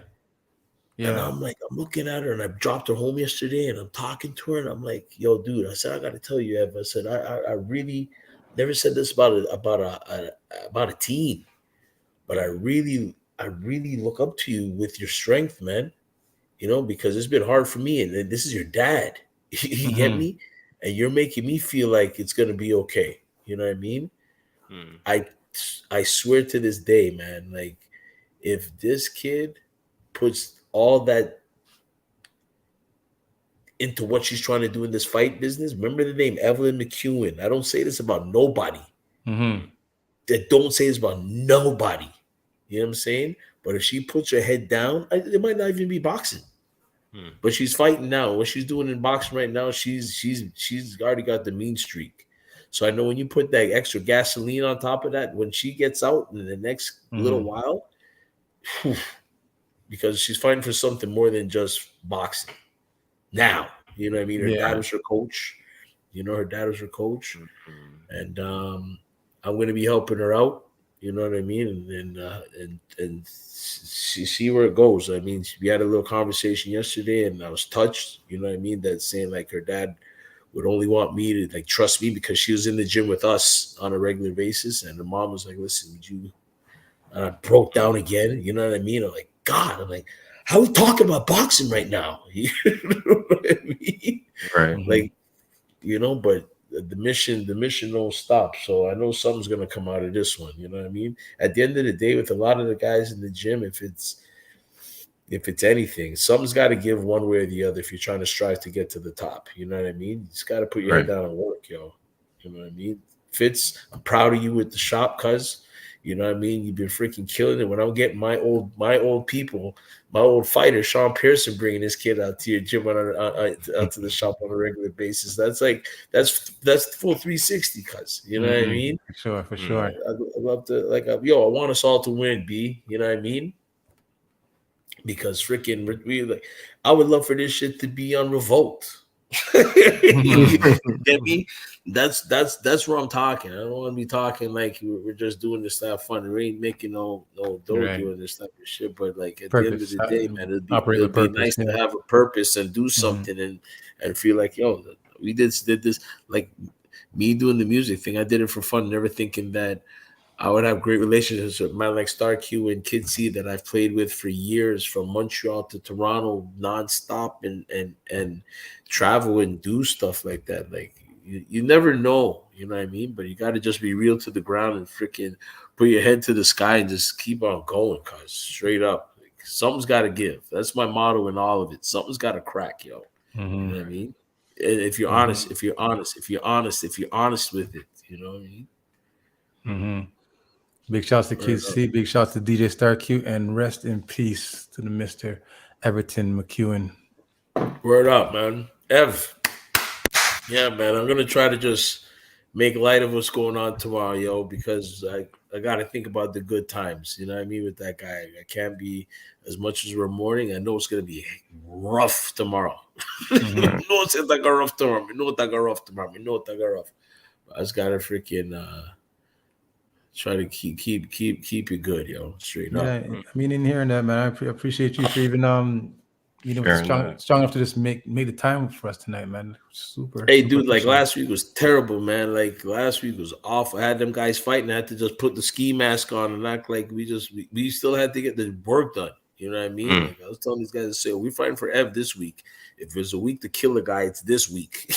You know what I mean? Straight up. We ain't doing it hard this week. We ain't playing around, you know?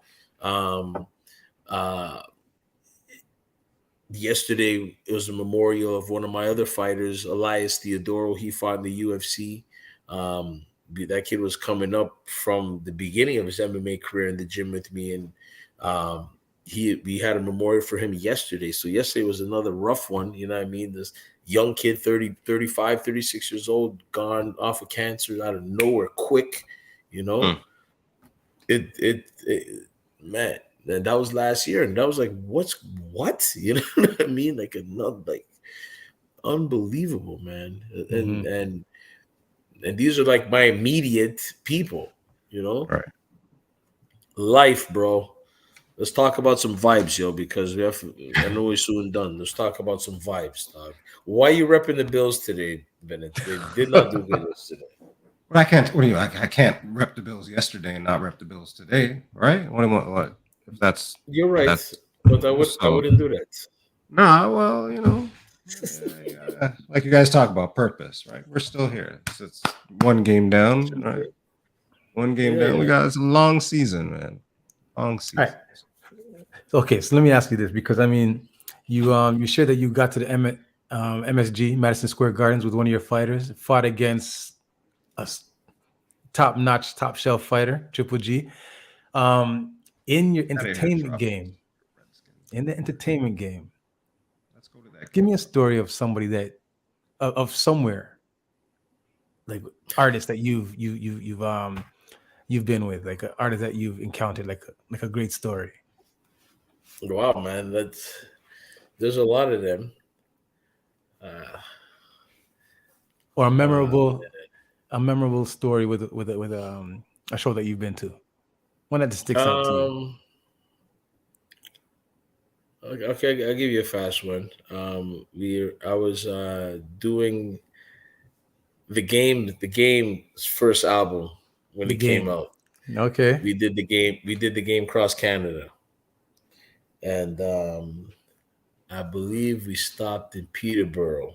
Now, when you say we, for the people that mean that, we like who's part of the tour? JB, you remember JB? JB had a tune. I think with the game also at that time. Jay Diggs was part. Not Jay Diggs. Not Jay Diggs. Shit.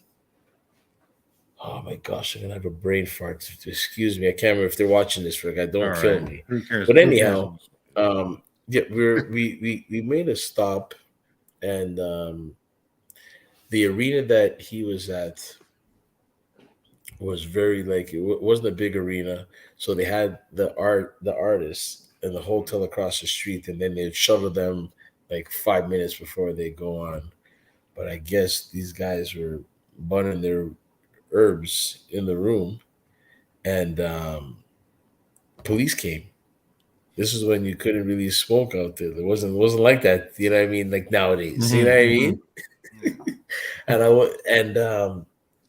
I was in the room, bro. And I was like, oh God. I'm like, please search up everybody. I'm like, at the time I was clean as a whistle, right? And they're like wanting to ask interrogating questions and this and that. I go, listen, man, I'm the host of the show. I gotta get out of here, man. And it's like, no, you're with these guys, da, da, da, da. And I must have went in my pocket, and at the time I was working for the radio station, Flow 93.5, you know? Yeah. I go, so I'm from Flow 93.5, man. I gotta get to the show. And he looks at This guy showed his elevator card. Yeah. Let's get you in the cruiser. Let's get you across the street right now, man. And the rest of the guys it's shitty, but the rest of the guys got in trouble. You know what I mean? And some problems happened after that. But I mean that's a soft story. But some of the stories I can't say on this because my kids will be watching this stuff probably later on if you post this on YouTube. Yeah. So I gotta be safe. A lot of crazy road stories. You ever have any encounters with like a Rihanna or a Kanye? I have. We've done 1 year. Okay, I'm gonna tell you the year when Rihanna bust her first year. Mr. DJ Pump on the replay. Remember that tune that came out? They did a Caravana Friday at Much Music. I think it was Jay-Z, Kanye West, Rihanna, and that other girl, Tia Marie. Remember Tia Marie? Sounds yeah. Tia Marie. And at the time, me and Baby U were the residents at Government on the Friday night for Fresh Fridays or Global Fridays or something like this. And Neil Forrester, shouts out to Neil again, gives us wind that's saying, yo, these guys want to do an after party, so we're going to open up the drink and we're going to have Rockefeller hang out. So we did like a Jay-Z whole thing with the whole of them in the back. But these guys, Neil will tell you, like, I think I was in so much, oh my God.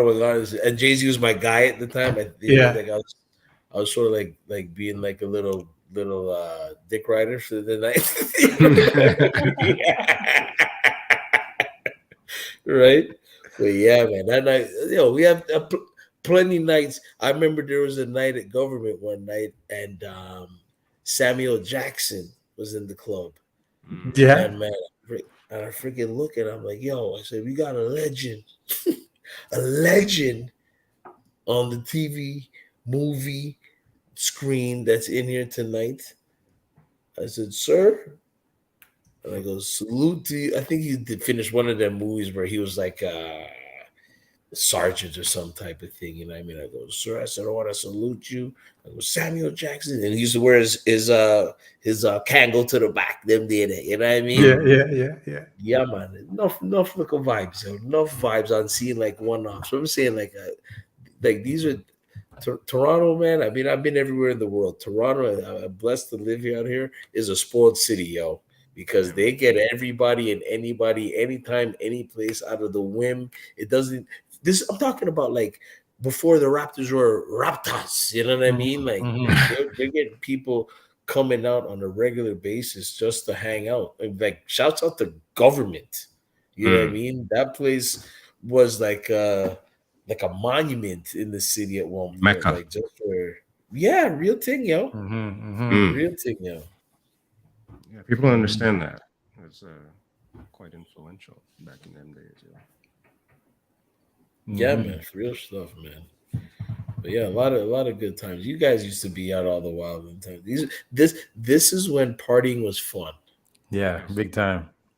You know what I mean? You're going out and you're partying. I really stopped doing the party thing when bottle service got into real play. You know what I mean? Because that bottle service, it messed up the party. Changes up the thing. There's a point, correct me if I'm wrong, guys, you couldn't get VIP.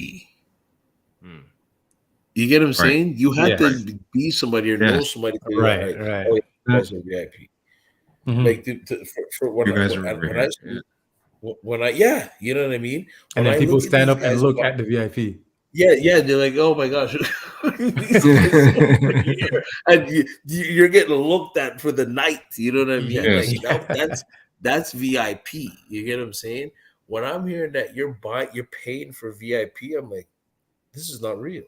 Like, this ain't real. What is this? I said, no. I can't just shout out to everybody in VIP. Like, how are you $600 for a VIP booth? and then them have to buy the juice on top. This is not for real. This is dumb. Yeah. These guys are losers. Yeah, But going out. that's what mashed up. Going out That's did what go mashed from up like the party. going out went from like $50 to $500. 100%. It was crazy. It's crazier now. Mm.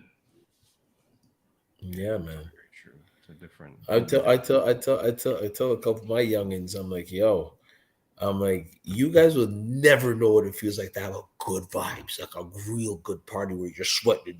Not these, instead of the soca parties, you know what I mean?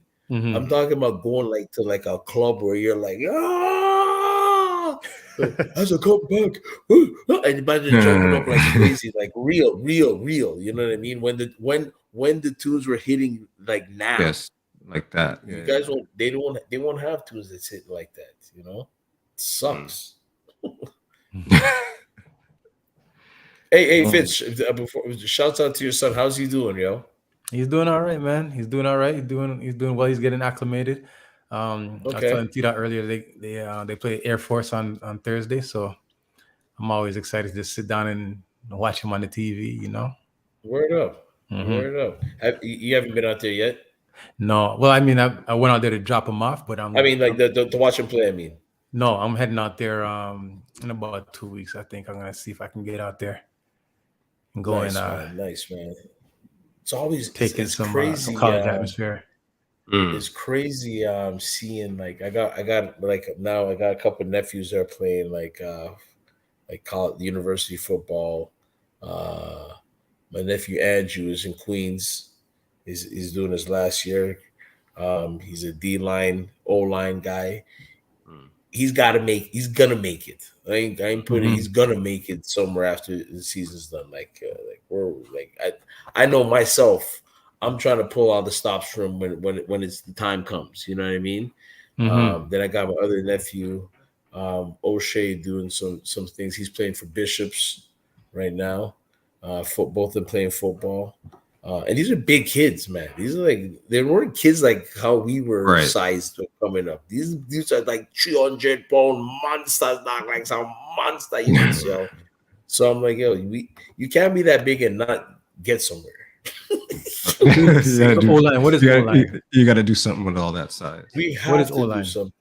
Offensive line. The guy that the man protect the quarterback. The big guys. Okay. Line. Yeah, is that blindside or that's not blindside? That's different. Yeah, blindside. Blindside. Yeah.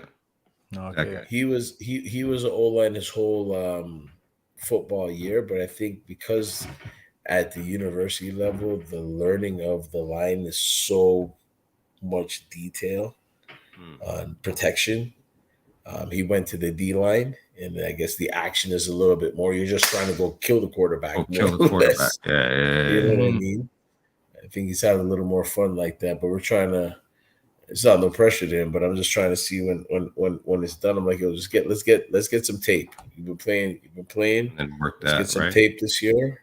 And let's make a move off of that. You know, Mm-hmm. you might be wearing that red, white, and blue like you one day. Hopefully, yo.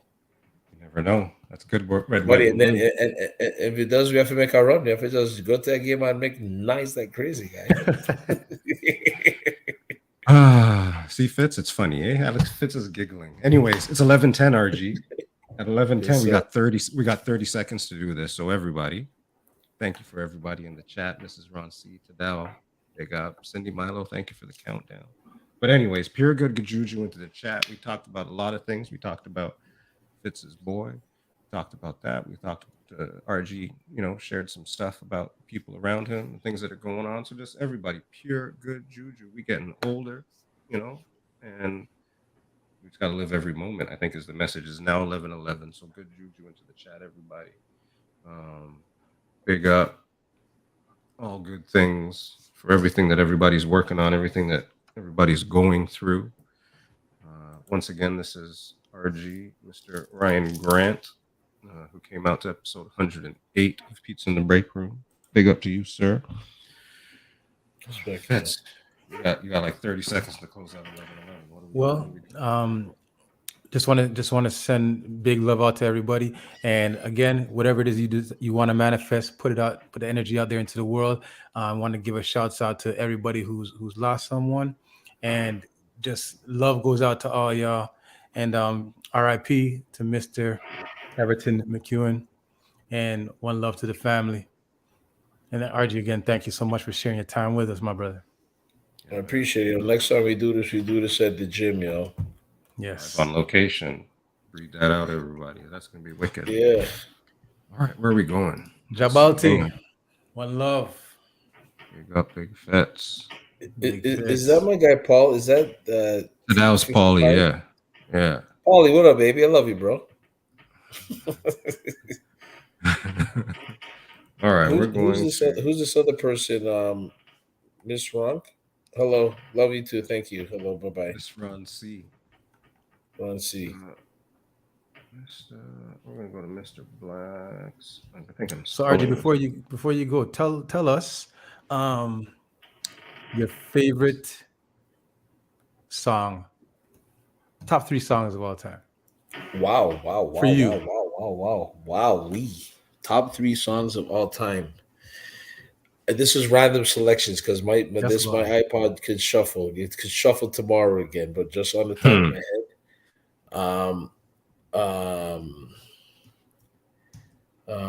Love Lighted Flight, Stevie Wonder. Mm-hmm.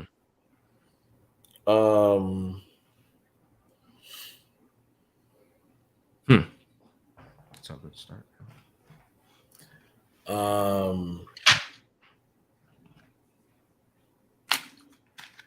Love Lighted Flight is a real good one. That's that. I don't know why I'm stuck on that right now. All right, then that's it.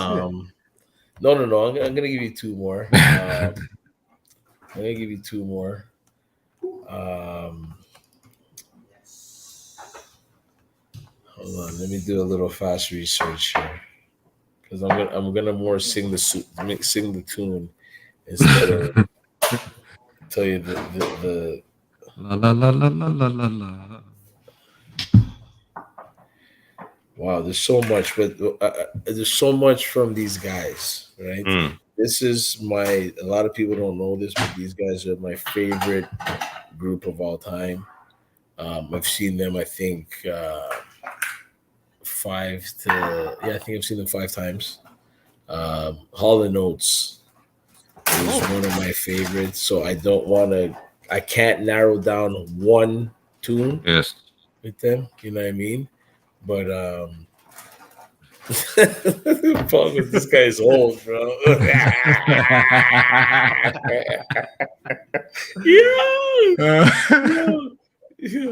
But that, I can't pick something from them because them guys been hitting from day jump. You know what I mean? From day jump.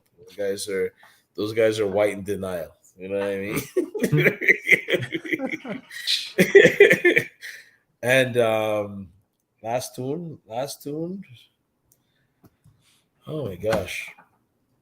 And they're probably I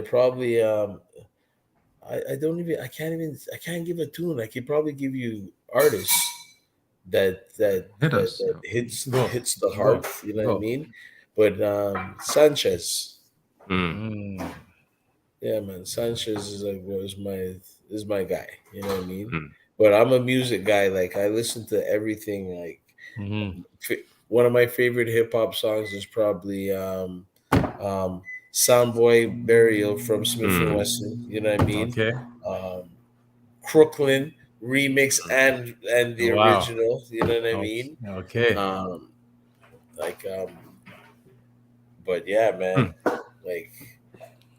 I'm when I say I'm diverse in music, like I could go to, like, one of my close homies, he's a metal guy. He's like a heavy metal, like, if you want to go in the like, he brought me to like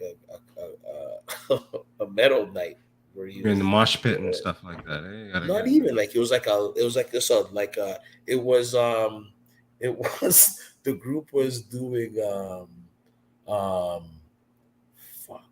it would be like like I can't remember the name. It would be it wasn't the Depeche Mode, but it'd be the Depeche Model. Mm. So they're doing all of the Depeche Modes to it, Yes. like Yes. hard. Like, And okay. we walk in the place, like two black guys walking in this metal joint that's ram, you know what I mean? And like no people stop, but they look at me, but they see my boy and they're like, yeah, yeah. Everybody's going nuts. I'm like, this is crazy, but he's taught me to understand metal. Yes. Mhm. Yes. You know what I mean? Like he goes, everything at like it's like listening to classical music in a sense where you don't understand it. You know what I mean? But there's Right. also a rhythm, there's a tempo, there's a composition of the music. And I'm a geek like that when it comes to sound of music where everything could gel. You know what I mean? And I when you're hearing like samples from artists and shit that from our days, Kanye, you talk about Kanye, the sample God. You know what I mean? You hear them take certain songs and flip it into certain things. You're like, how the hell does that? What's in your mind to make that happen like that? You know what I mean? Right. It's incredible. All right. One more question before we get you out of here, sir. Word. What is your favorite thing to do? Wow. I like to do this, bro. Yeah. I like to hang out and just jam. Bomb. No one gets to do this as much as we'd like to. Yes. Right. You know what I'm saying? And I'm a guy. I love my friends. You know what I mean? I love hanging out. I love being around. I love talking shit. It doesn't even have to be like we're doing this and playing dominoes or just hanging and talking. And I'm a foodie. I'm a foodie. You know what I mean? So I like to like experiment certain bullshit and make like patty sandwiches with ribs and freaking shit. You know what I mean? I like, but also my favorite thing to also do is like hang out with my kids. You know what I mean? Um, um, I've a guiltiness of I don't get to see them as much as I would like to. You know what I mean? Shout out to Jerron, Latrell, Angelica, Faithy. Um, uh, I'm always on the road in a sense, you know. So when I'm home, when I'm here, I'm here. You get me? Yes. Um, it's always fun, and kids are growing up quick, dude. You know what I'm saying? Like it's nuts how fast some of these. My kids like my daughter's in high school now. Like she just started high school. I'm like, dude, like how? You know what I mean? It's crazy. What was this? Was this here? How long did How long RG did live by RG SS? Hi. Nobody knows about these things, brother. I didn't know this. Yeah, dog. So when I first moved out, I have an uncle that lives in Brampton, Uncle George, and right when Quebec wanted to separate from the rest of Canada, um, my dad is one of them hardcore liberal guys that's like, you better vote. No, we're not separating. No. And I'm like, listen, I can speak French. You can't. Okay. I'm voting yes and I'm out of here, bro. You can't do that. You can't do that to us. You can't do that to us. You know what I mean? I was like, you can leave too. They don't want you here because you can't speak. But when I moved out of Montreal, this is like right after what was it? Y2K 2000, the Right. 2000 January 1st. I did New Year's Eve in Montreal at a Romero Gonzalez. If Stark is still on the chat, we did a Romero party, and I jumped on the train with a red hockey bag on my back, and moved out to Toronto. So I lived with Tropics' mom, his grandmother, Bob, and Wheezy. And I was out there for I want to say maybe 6 to 8 months. Really? Dower's a different planet, cuz you know what I mean. I was in Dower for a minute, you know what I mean, and I was getting to know Dower, you know what I mean. Yeah. But at the same time, like I was like, Dower was hot them day too, you know. It was like things were. So let me ask you then, how did you and Tropics connect then? So when I was in college, Tropics was playing football, and Bob were playing football, and they got recruited to go play to the college I used to go to, which was Vanier College. Okay. And when they were out there, we bucked up, you know what I mean, and the real recognized real, you know what I mean, and we started to hang out, and we just it felt like we knew each other from the jump, you know what I mean. That's awesome. And like weeks would go on, and then I was doing the club stuff. They would come out when I was doing the club shit, and we started doing parties together out there. You know what I mean? We started promoting parties together. Like we were already DJing, so I got him on and just bringing people from school. You know what I mean? And yeah, man, me and Marcus is also we had a wicked look anniversary party. Me started from scratch. weHare, Lodge Up Stretch the real thing. Really? Yeah, man. Jeff come down on one shot, played a party there, thing that night there too. It was a crazy night, man. And his mom came down and cooked at the hotel. We booked out this hotel. Yeah, man. And it's been love ever since, man. It's been love ever since, yo. Like that's my brother, man. That's my dude, yo. Like his family's my like his.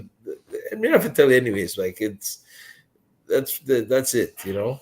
Like Marcus can't tell me like why I shit on him all the time. You know what I mean? Because that's what brothers do, you know. Oh, for real. Word up, man. Yeah, man. Well, everybody, this was RG. Ryan Grant. Who's this? Lewis 416. Yes, it's me. Yes, M Lewis 416, the VDJ. It is RG of the RG and Baby fame. Can I ask you? You can't click. This is not like so. This is how dumb I am to this foolishness. Okay, you like this. If you guys were behind me, you guys would have slapped me in the back of my head right now. Gee, what are you trying to do? You're trying to click it. I'm trying to click on their name to see if their profile is going to show up. Oh, I think Bennett, don't look at me like that, okay? Bennett, don't. Hey, man. Hey, no, you know what? It's just good that you're in the game. You're trying, man. You're here. That's all that matters. You see, you gotta. Oh, this is not Instagram. I'm sorry. I don't have it. Man doesn't have his social media team with him today. Right, Lucas, where are you? All right. We are going to raid out. We're going to go see Mr. Black's reaction. You hang tight for a second, RG. Everybody, once again, this is Ryan Grant. Sharing his time with us today.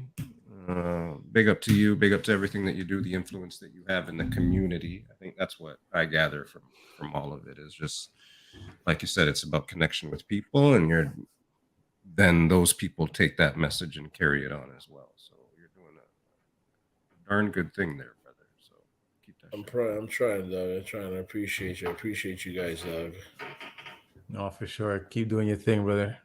Keep doing your thing. Very inspirational. And for you to transition from one supreme life, being in the entertainment business, and transitioning into an entrepreneur, being responsible for many people and inspiring people to become their best selves is also an awesome and admirable thing. And I commend you for that, my brother. Good work with everything that you do. Grant's MMA and Boxing Gym. You can follow the Instagram. And if you're looking to get involved in some new training, reach out to him. Yeah, come check me. Come check me. Yeah. Get motivated. Big up, everybody. Have a good night. We're out Thank in y'all for 5 joining. seconds. Shout out to y'all for being here. You could be anywhere in the world. You're here with us. One time. All right. We are out officially.